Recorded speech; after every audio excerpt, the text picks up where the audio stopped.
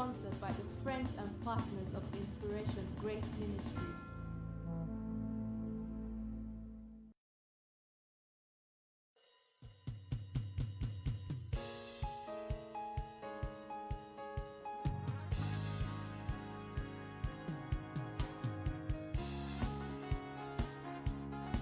Will of choosing what you want in marriage. You say he that finds Thank you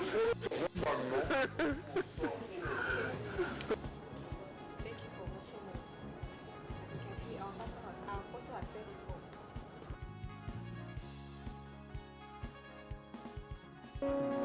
If you are a child of God, if you are a Christian, when you apply them, the answer will come. One of the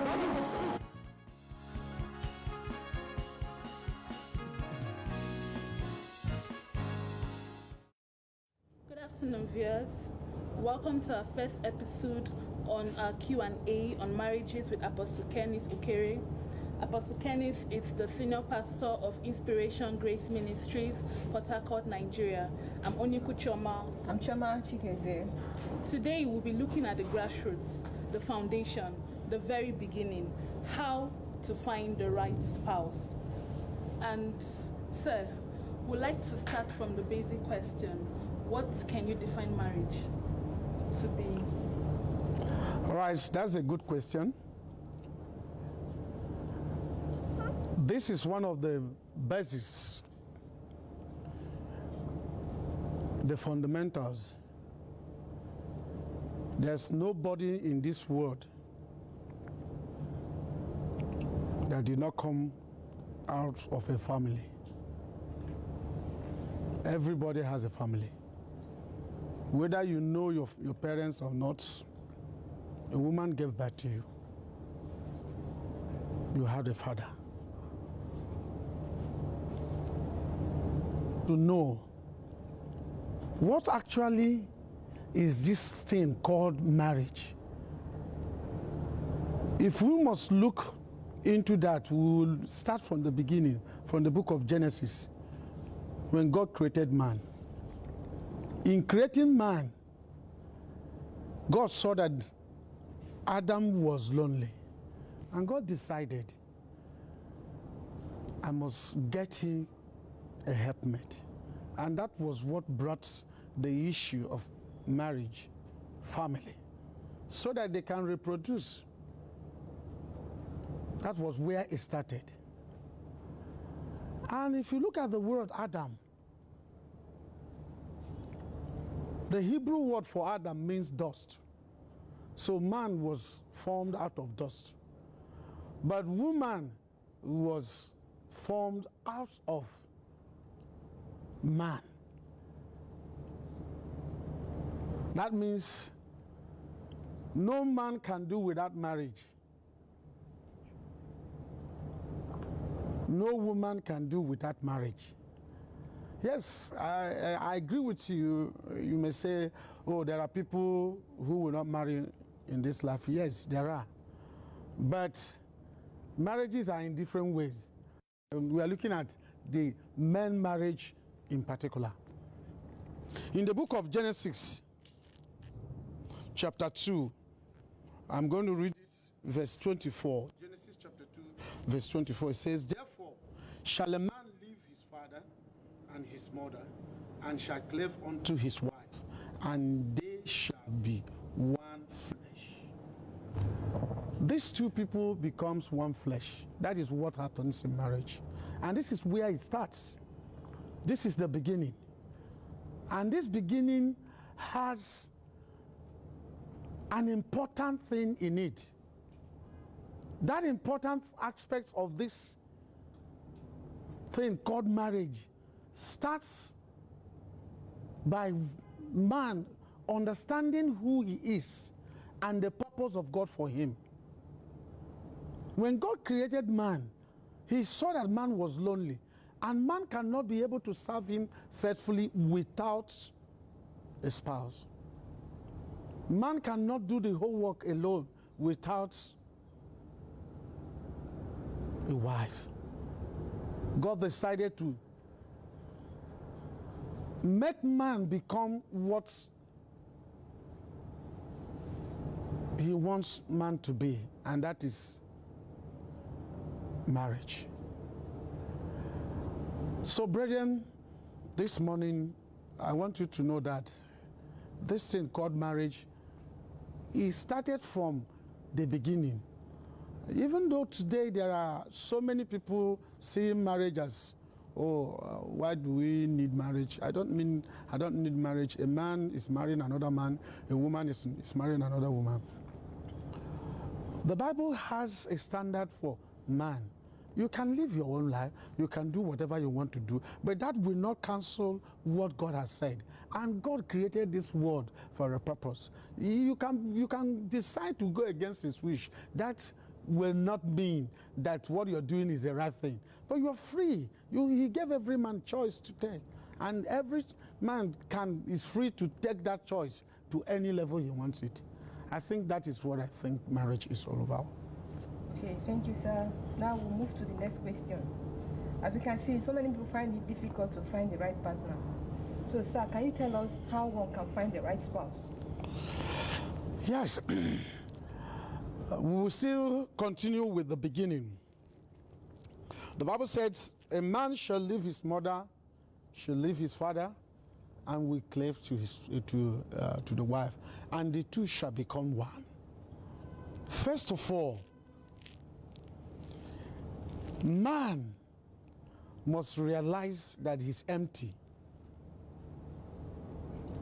and this will bring up the desire for search in him. And this desire for search is what starts the basics of marriage. You must have the desire. You must know, I need a woman. I need a wife. Then you start searching. Before you start searching, one thing you need to do is to ask God for direction. I'm going to read a particular place in the book of Proverbs, chapter 31. Proverbs chapter 31, 10 to 12. Proverbs 31, 10 to 12. It says, who can find a virtuous woman? For her price is far above rubies. The word find shows that for a man to find a wife, he must search. Who can find her? The only man who can find a good wife, who can find his soulmate, is one who goes out to search. Verse 11 says, the heart of her husband doth safely trust in her, so that he shall have no need of spoil. This is a woman who will do everything to make her husband happy. You will not sit in the house and you wish. One of the major problems we have is wishing. We wish a lot. I wish I will have a good wife. I wish I will marry so and so and so. I wish I will be this and that. And you sit in one place and you keep wishing. You can continue to wish till the day you die, and that you can even die with that wish. That wish will not come to pass. So the first thing you need to do is to go out, is to begin to search. This searching is not about walking on the streets, looking around. Where will I find her?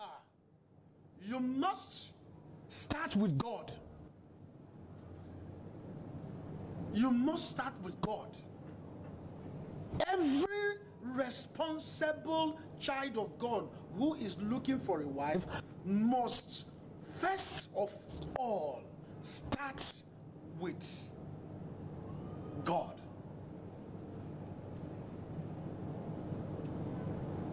When God called Adam, he gave him one important thing,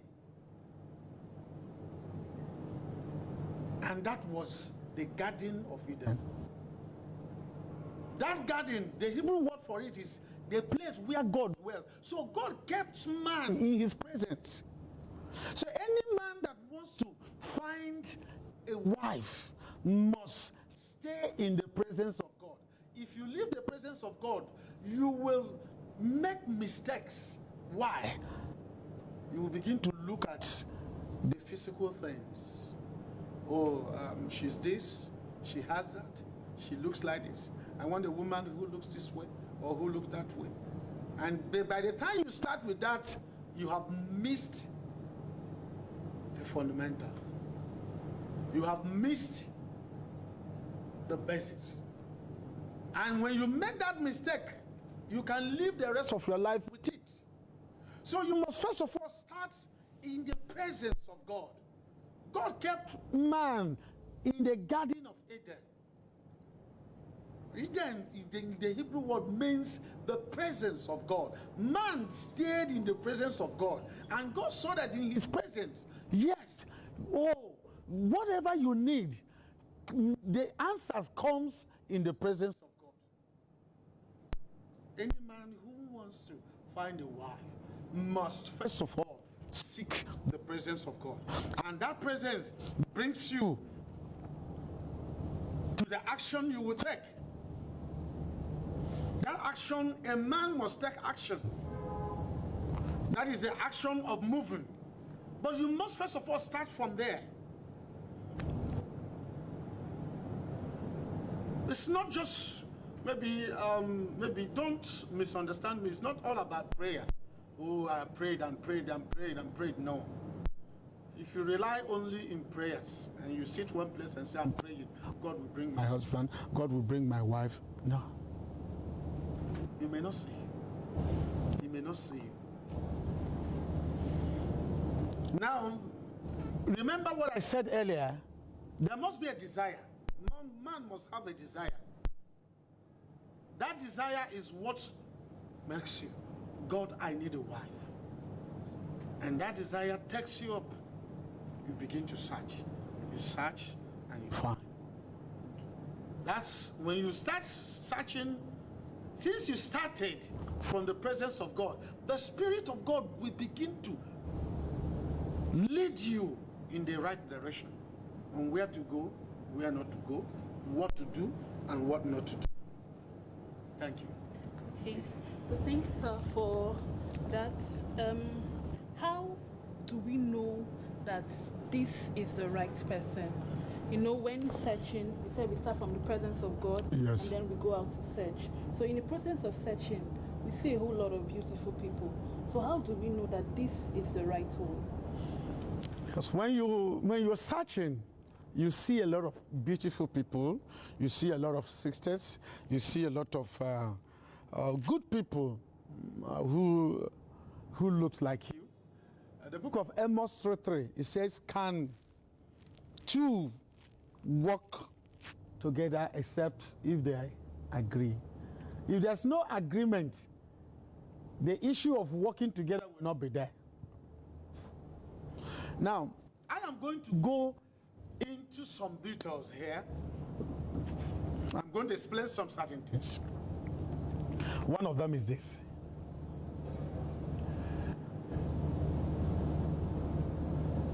Any man who is looking for a husband, a wife to marry, first thing the person will look out for is the fear of God. You make any mistake in marrying a woman that does not fear God, you're already in trouble. You are already in trouble.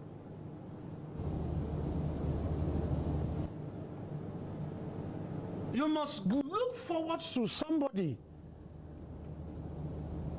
If I ask questions now, what is the fear of God? So many of us so many people will say, oh, maybe one who has accepted Jesus as his Lord and personal Savior. But that's not the answer. A lot of people come to church for several reasons. Some will tell you, I have accepted Jesus, but they don't even know Jesus. The person you want to marry Who is she? This brings us to the issue of ideology. I'm a Christian and I decide I want to go and marry a Muslim. Does she have the same ideology with me? There is every reason that that marriage will have a problem. I'm a Christian. I decide to marry an atheist. How will these two of us work together? Maybe I'm a Christian, I believe in the Holy Ghost. Another Christian believes there's nothing like speaking in tongues. How will these people work together? Now, this brings confusion. And this confusion, I tell you, majority of the problems in marriages today starts here. You get a woman, that woman has no fear of God. I'm going to expand this a little more. If you go around today, you will discover that in our society, you will see some Christian ladies tell you, maybe they are just gisting. And one says, bad girl. And she's happy to answer a bad girl. She says, I'm a bad girl. Because she did one thing or another. Now you still see some of her colleagues, it's like when you fear God, you are dated. They ask you, have you ever been to club before? Nightclub? You said no. They said, oh, you don't know anything. Have you ever got drunk? Have you gotten drunk before? You said no. Said, you have not known the sweetness of life. How many boyfriends do you have? You said, I don't have boyfriend. To them, you look stupid and you look foolish. And this is what the society brings. And then when people look at these things, they feel that, for me to remain relevant, for people to see me as somebody who is in vogue, I must do what the world is doing. And it takes us away. It takes the believer away from the place he or she is supposed to occupy. And this brings trouble to us. Now you want to marry a lady because of the way she dances in the church. You have a problem. You will definitely have a problem. Now you want to marry a lady because she sings so well. Maybe her ideology is that, I want the husband who will be taking me to nightclub. And that is not what you think. You don't see reasons in doing that. If both of you come into that marriage, there will be death. There will be trouble, whether you like it or not. That marriage will have issues. Now you marry somebody, and then both of you are not in agreement in so many things. I don't want where I will come and be washing clothes. I don't want where I will come and be doing this and that. Know that that woman is not the will of God for you. But we have a problem here. You know what that problem is? That problem is the problem of, I had a dream. Some people will tell you, I had a dream, and in my dream I saw Brother A coming to marry me. Maybe Brother A is not even aware. And they keep that ideology. Oh, Brother A is my husband. It's the husband God has given to me. It has destroyed a lot. In counseling, I have seen sisters who told me, oh, a brother I know who was engaged with another lady, preparing to get married, that 3 years ago, she saw that brother on her dream coming to marry her. And the brother is her ideal man in marriage. And lo and behold, brother is not aware of it. Serious trouble. Serious problem. Now, while I was talking to her, I said, no. She said, no, I saw it. I saw the vision. I saw the revelation. God showed it to me. I don't care whatever you see, however you see it.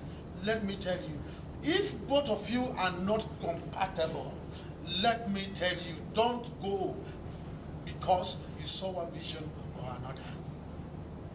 In finding the right spouse, both of you must have the same ideology. Even if it is not 100%,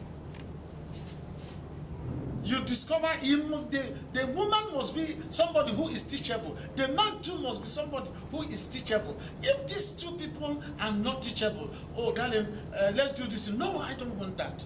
That is not my plan. Definitely, you know that that person is not the right person for you. And if that happens, lo and behold, the person is already off.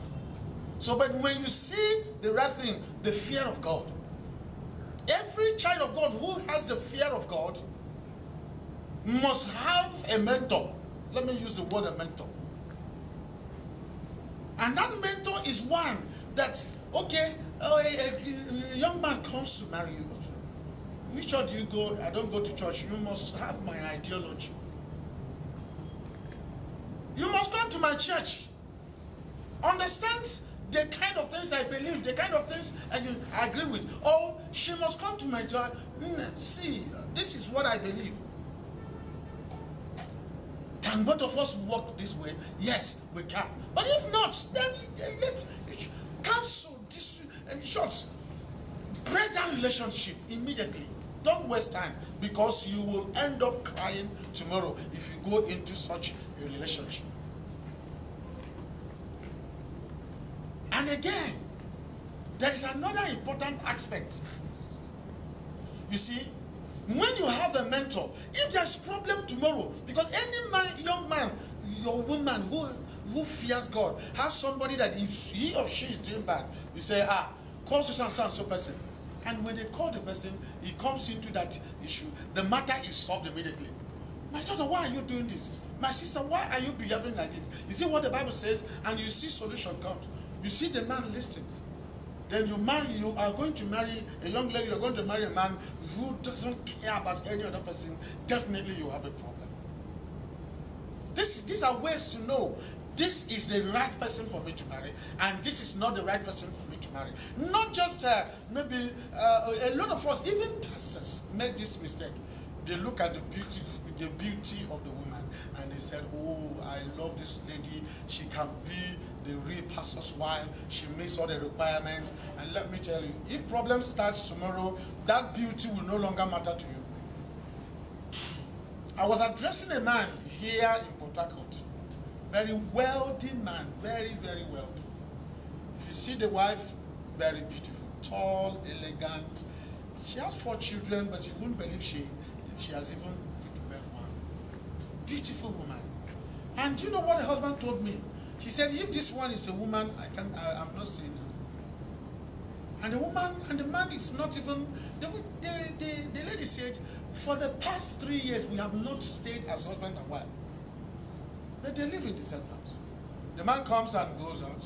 The man, now you see that these two people, they have issues.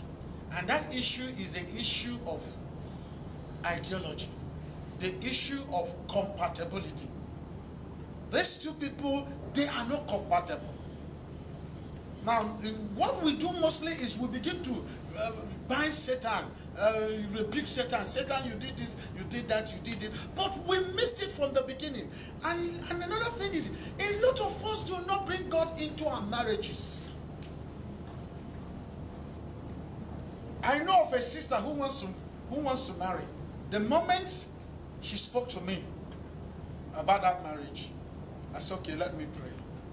The first one, so when I prayed with her, I said, I don't tell people to marry or not to marry. I will tell you who you're going to marry. This is the person he is. This is what I say about him. This is the kind of characters he has. So you decide by yourself, I can be able to cope with this, or I cannot be able to cope with this. So after that, I said, the Lord asked me to ask you to ask the young man his genotype. And lo and behold, the young man is AS, herself is AS, so the marriage cannot. She was not happy. She wanted to marry the man. But she was free to marry. But because her parents now came in and said, can you deal with the issue of sickle cell, anemia, and all that and all that? And then she decided to change her mind. And then when the second man came to marry her, she said, I'm not going to tell you. She decided not to tell me. Now, this is what a lot of us do. We don't bring God into our relationship. The moment, the Bible said, a marriage is supposed to be honorable. When the bed is undefiled, you say, no, I will defy it. But when problem comes tomorrow, you run to God. God, where are you? Why did you allow this happen to me? But from the God say, I'm here. But when you were starting, did you call me? Did you bring me into the marriage? You didn't bring God into the marriage, and you are now questioning him over your marriage. So this is the point, my dear sister. So if you follow these few things, I have so many other things, but if you follow these few things, you will discover that the person you want to marry, you know whether this person can be my wife or not, or my husband or not. You cannot just wake up and then you see a man, an idol worshiper who believes, like a popular saying here in Nigeria, heaven help those who help themselves. And you watch in the afternoon, he comes in one afternoon and brings the tail of a tiger and said, my grandfather had it. My great said, no, this is wrong. I don't believe this. He said, whether you believe it or not, that is the way we live in our house. And then you start fighting issues you don't know where they're coming from. And one day the man comes and tells you, you need to go through some rituals. They will bath you in the village and remove rubbish in your life and that and that. And then you're wondering, because you did not understand the person you want to marry. If he's a man who fears God, he will not go into that. That's the truth. So thank you. Thank you, sir. So we'll move to the next question. What if I see a vision, or I have a revelation, or maybe a pastor prophesies to me that this person is supposed to be my husband? Sir, how do I know if that person is the right person for me? Okay, you got it through prophecy. Oh, this person is your husband, that person is not your husband, and things like that. I am going to refer you back to what I said earlier. They told you this person is your husband by prophecy. I'm not saying God is no longer speaking, but God gave man the will to choose. That's will of choosing what you want in marriage. He said, he that findeth a wife findeth a good thing. It is the person that finds. He did not say the person that was prophesied to, or the person that saw it in a vision. He said the person that did what? That findeth the wife. Let me use my life for example. I was in a relationship so many years ago, almost about 20 years ago. And in that relationship, we were just moving, I had every hope that the person I was going to marry. But I began to see some things I didn't like, that we were not compatible. This lady works from January till December. She will spend all her service, all the money she has saved from January to December, in December, trying to please people. I called her, I said, this is not life. How can you work for 1 year and you carry the whole money and go to the village and spend the whole money and you return back empty-handed? This is not life. You don't live this way. She never accepted it. Secondly, I discovered another thing. If she has 10,000 Nigerian naira today, she will be willing and ready to use it to cook one pot of soup with very big meats, with different kinds of fish, all that and all that, and to make sure that that soup is very sweet. And that soup, you can eat it 2-3 days and it is finished. And yet, the fourth day you need another food.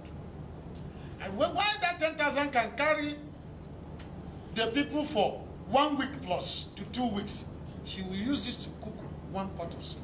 So I called her. I said, no, this is not the way I was trained. I don't believe in this kind of life. She said that is the way she was brought up. So do you see that both of us are not compatible. Now, but I had a dream, and in this dream, I was sick in the hospital. I was sick, and I found myself in the hospital in that dream, and the person I saw in that dream was assisting me, helping me, doing things for me. So when I woke up, I said, wow, this person, this must be my wife. That was my conclusion. Now, that revelation could have deceived me into marrying the wrong woman. Our ideologies are different. Our characters are different. We are not compatible. Now, when it comes to the fear of God, she has no fear of God. She only has fear of prophets. Oh, anything that happens, she will rush to one prophet to go and ask. Oh, they look at what happened. What are we going to do? And you know, some of them will tell her, do this, do this, do this, do this, and you find her doing the same things over and over again. And lo and behold, I was finding it difficult to understand how somebody can live that way. That's not the way I was brought up. And I decided to end that relationship. And I'm happy today I ended that relationship, because I would have found life very difficult. So, you see, that's a servant of God spoke to you about a particular thing. I want to bring a controversial issue here. That is the issue that the message you hear today can change tomorrow. You can ask me, will God change? God will never change. But the message you hear today can change tomorrow. You know why the message can change? Remember when Hezekiah was told, you will be dead soon. You have finished your work. God said, the prophet came and told him, you are coming home. God is taking you. You will soon die. What did Hezekiah say? He said, I have heard you. He went back to God and pleaded with God, and God had mercy on him and added more 15 years. So imagine where that prophecy came in the church. What would have happened? People would be expecting to see him drop dead in 1 week, and 10 years after, he was still alive. They say that prophet is a liar. Now, a man can come to God. God, no, this is the kind of wife I want. I want a woman, I want a graduate. My wife must be a graduate. She must be a graduate. She must be fair. She must be this. She must be that. And you can get the permissive will of God. It's okay, if that is what you want, look at that fair girl now. She's there. That's your desire. That is what you want. But if you say, God, I need your will, I need your purpose in my life, I need a wife you have prepared for me,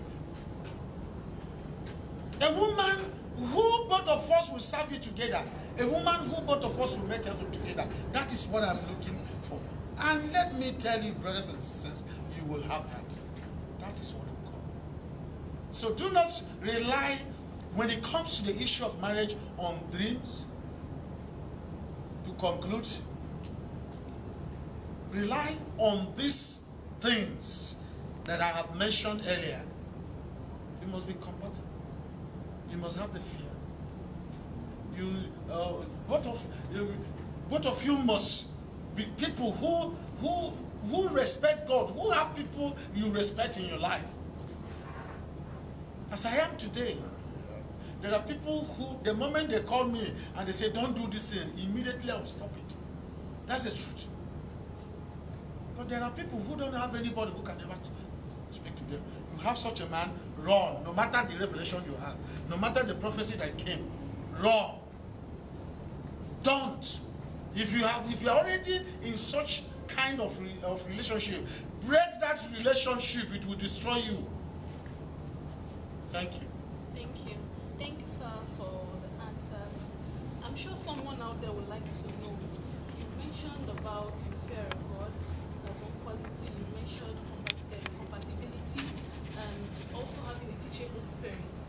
But I'd like to ask, you know, in the olden days, fathers, they didn't have all this to look up to, but their marriages succeeded.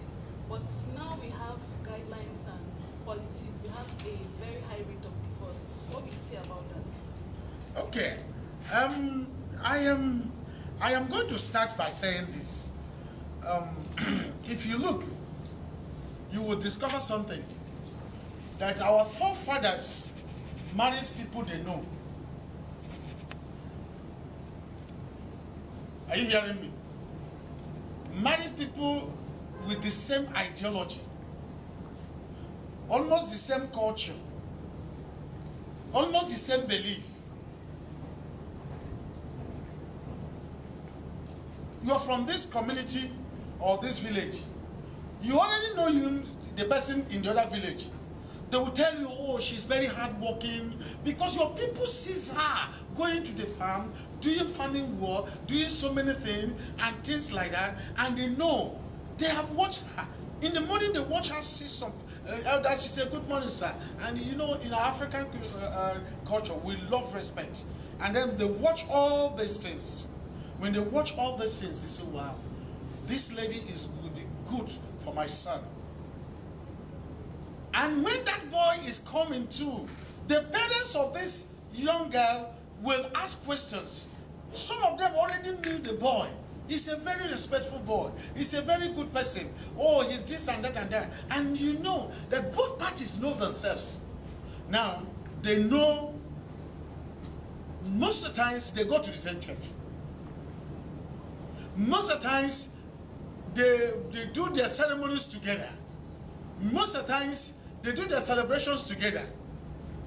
Now, it will be difficult for such marriages to break. You know why? I know what I will do that will destroy this marriage. And again, I have not lived this life all this while. Why should I start living this life? Now, our forefathers, they knew this. But our present crop of young men and women, we don't know this. We don't even think about this. We don't even look at this. We only look, oh, he's very handsome. Oh, she's very beautiful. She's very beautiful, and let me marry her. You see, when you go with that, you will only end up bringing a beautiful lady who knows nothing about you. The day you tell her, oh, in the month of June, everybody goes to the farm. She said, I was not brought up to go to farm. I don't know what you mean by going to the farm. In my village, everybody, women sit back and men brings everything for them to eat. And then you say, no, that is not how we do it. You already have a problem at hand because the cultures are not the same thing. And both of you are not compatible out of this. So this is the reason why our forefathers succeeded several. But now the world has changed. You go to Lagos, you meet a Yoruba lady, or you go to the north, you meet an Hausa lady. And both of you have different cultures. One thing that can bring both of you together is what? Your belief in God.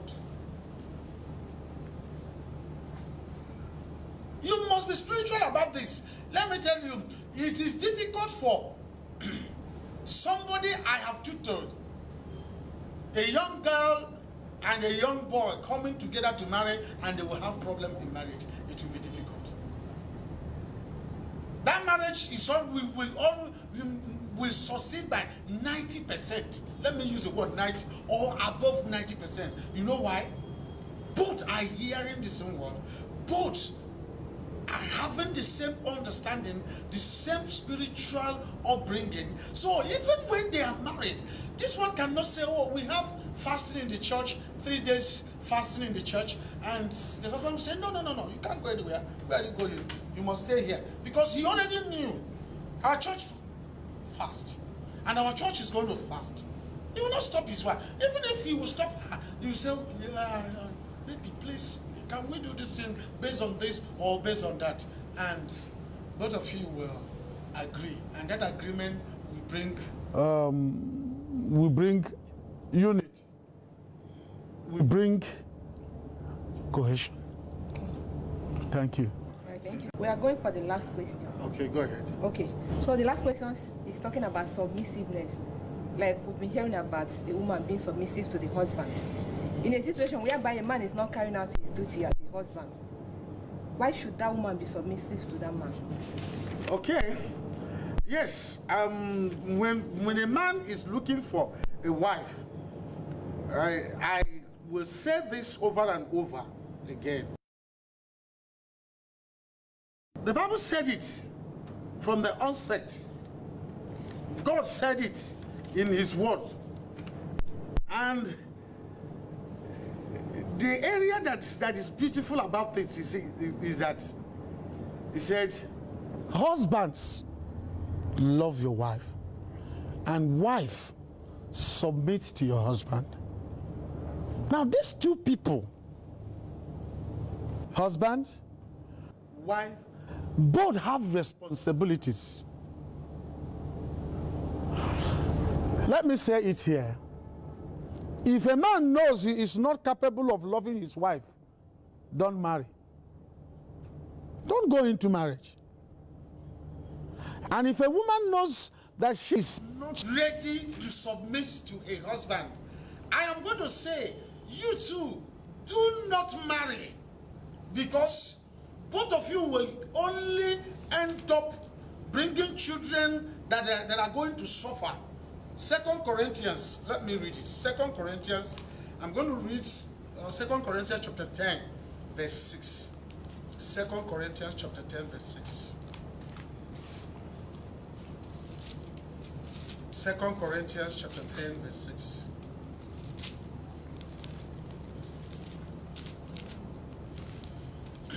It says, listen,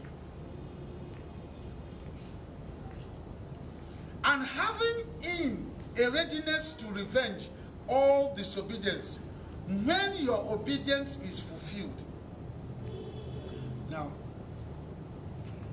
I've come across wives complaining bitterly, my husband is doing this, my husband is so wicked to me, my husband is doing that and that and that, and because of this. Now, I've come across men complaining bitterly about their wives. You can only complain in marriage when your own obedience is complete. He says you can only talk, you can only judge when your own obedience is completed. Look at this.